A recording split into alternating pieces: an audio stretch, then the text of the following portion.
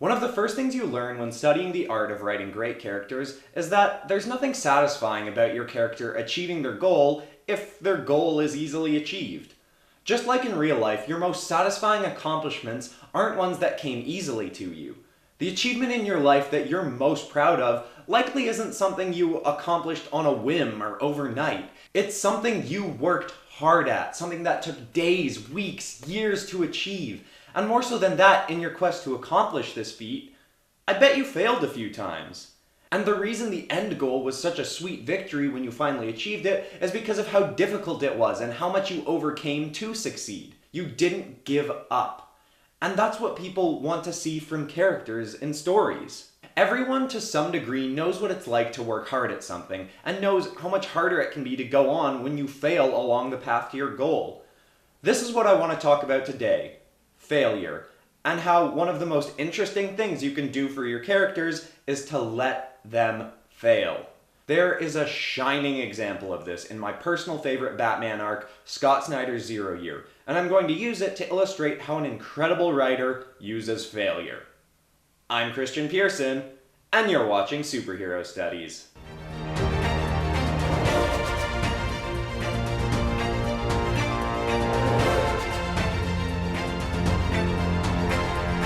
Batman can be one of the most powerful superheroes ever, even though he's just a human. It's a common joke for something crazy impossible to be accomplished by the Caped Crusader. Then when someone asks, how'd he do it? The simple response from a friend or ally of the Bat is, he's Batman. This can be a funny gag and sometimes works in the context of the story it's in, but most of the time, Batman isn't interesting because he can just do anything. He's interesting because of how limited he is in a universe that's full of crazy powerful superheroes and villains, and how he uses his brain and skills he acquired through rigorous training to win the day. Few writers understand how to write a great Batman story better than Scott Snyder. Snyder's main run of the Caped Crusader took place during the New 52, starting with his Court of Owls arc. I'd argue that this team, with Snyder writing, Greg Capullo drawing, and the incredible color work done by FCO Placentia, are the best team to ever take on the Dark Knight. The arc that really hammers this home for me is the 0 Year arc, specifically the second volume of it. If you haven't read it, you may want to come back to this episode after you have, because I will be spoiling some major plot points. I'm not just talking about this volume because of how great of a job Snyder does writing it, but specifically because it's a great example of how to let your characters fail. Batman is an especially interesting character to watch fail because we've seen him do so many ridiculous things with ease. In this story, Snyder does a great job setting up moments of, alright, he's finally succeeded, just to slap Batman across the face with the knowledge that the Riddler is 2 steps ahead of him. On a side note, this is the first story that ever made me see the Riddler as a formidable foe. Now, in rereading this volume, I counted 4 significant times Batman fails. He has some other small failures, but these 4 are the ones I see as being big, important failures. Let's jump to the first one, but quickly, here's the context of the story, which takes place early in Batman's vigilante career, by the way, at a point when the police were not on good terms with Batman. The city's power has been totally shut down by the Riddler, and he's hiding somewhere. The city's working to get power back, but Batman's more pressing current problem is a villain named Dr. Death, who's killing off Gotham scientists by injecting them with this stuff that makes their bones grow out until they die. He's a really creepy dude. For Batman's first failure, he's hit with a double whammy. He heads to a laboratory to protect some people he thinks will be Death's next target. He gets there, and they've already been injected. But not only that, Batman was set up by the Riddler. The police show up with assault rifles and go ballistic on Bats. This first failure isn't a huge shock. It's early in the story, and as people who have seen and read hundreds, maybe thousands of stories in our lives, we as an audience know that a hero rarely always succeeds. Usually there's at least one big failure that, in a generic 3-arc structure, will come near the end of Act 2 before we gear up for the climactic final battle. But 0 Year is not the kind of story that settles for one failure. Batman escapes this ordeal and gains new information about where Death is hiding. Or so he and us as the audience think. We think, there's no way Batman will be caught off guard again, he's too smart, right? But the Riddler's pretty smart too. Batman goes to his lead on Dr. Death only to find that he once again has been set up by the Riddler. Death isn't there, and Riddler sets off a trap that almost kills Batman. This one is a bit more surprising. It's barely 8 pages after Batman's last failure, and in those pages it was presented to us early on that, oh, he's got this figured out now. Evidently not. He's almost killed and discovers that Riddler is about to cripple all of Gotham even further than he already has. Also, the Riddler and Dr. Death have been in cahoots all along, and Death has been taking things from the scientists he's killed to build a crazy Gotham doomsday machine.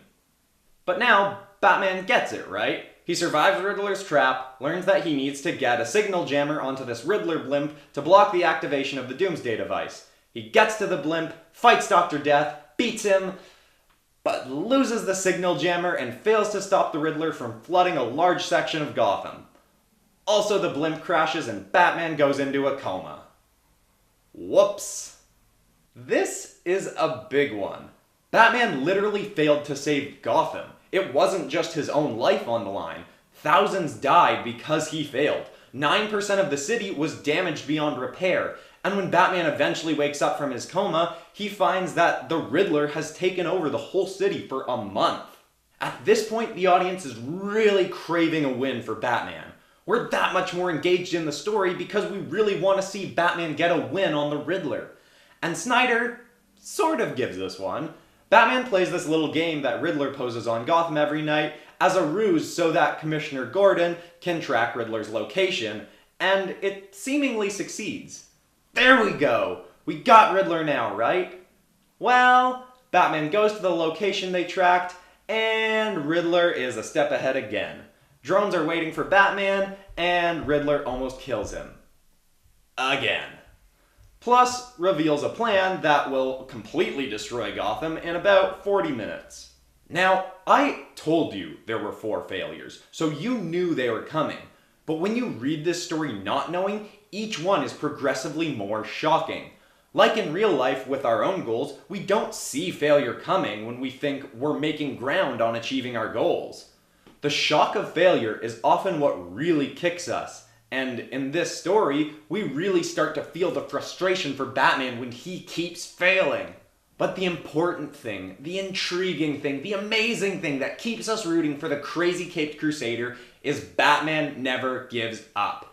After even one failure, many characters will have a should I go on moment. But that's not Batman's MO. He keeps fighting without skipping a beat, and when he finally solves one of Riddler's puzzles and finds him, it's so satisfying watching him punch out that smug green Sorry, I get really into this story. And that's because the catharsis of finally seeing Batman succeed has been so masterfully built up to. Snyder even addresses this idea of Batman failing in a message from Batman to Alfred near the end of this story, where Batman says, maybe that's what Batman is about. Not winning, but failing, and getting back up. Knowing he'll fail 1,000 times, but still won't give up. I like to think that Snyder wrote this whole arc based on that statement. Zero Year, and pretty much all of Snyder's work, is full of great examples of what you should do with your heroes, and this failure idea is just one of them, but I think it's a really important one. Your heroes don't have to be as iron-willed as Batman. They can have moments of serious doubt, but what makes us want to keep rooting for them is when they get back up. But the thing is, they can only get back up if you knock them down in the first place. Show us how much your characters want a victory by throwing the world against them. Kick them, hurt them, devastate them along the path to their goal, and make them keep fighting. Remember, success against great adversity is engaging. Success against nothing is boring. Thanks so much for watching, everyone. I've been loving making these superhero studies, and I'll continue to be putting one out every Wednesday for the foreseeable future. If you've got any suggestions for episodes, I'd love to hear them. Put them in the comments below.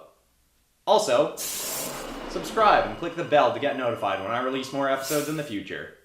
I've been Christian Pearson, and thank you for watching Superhero Studies.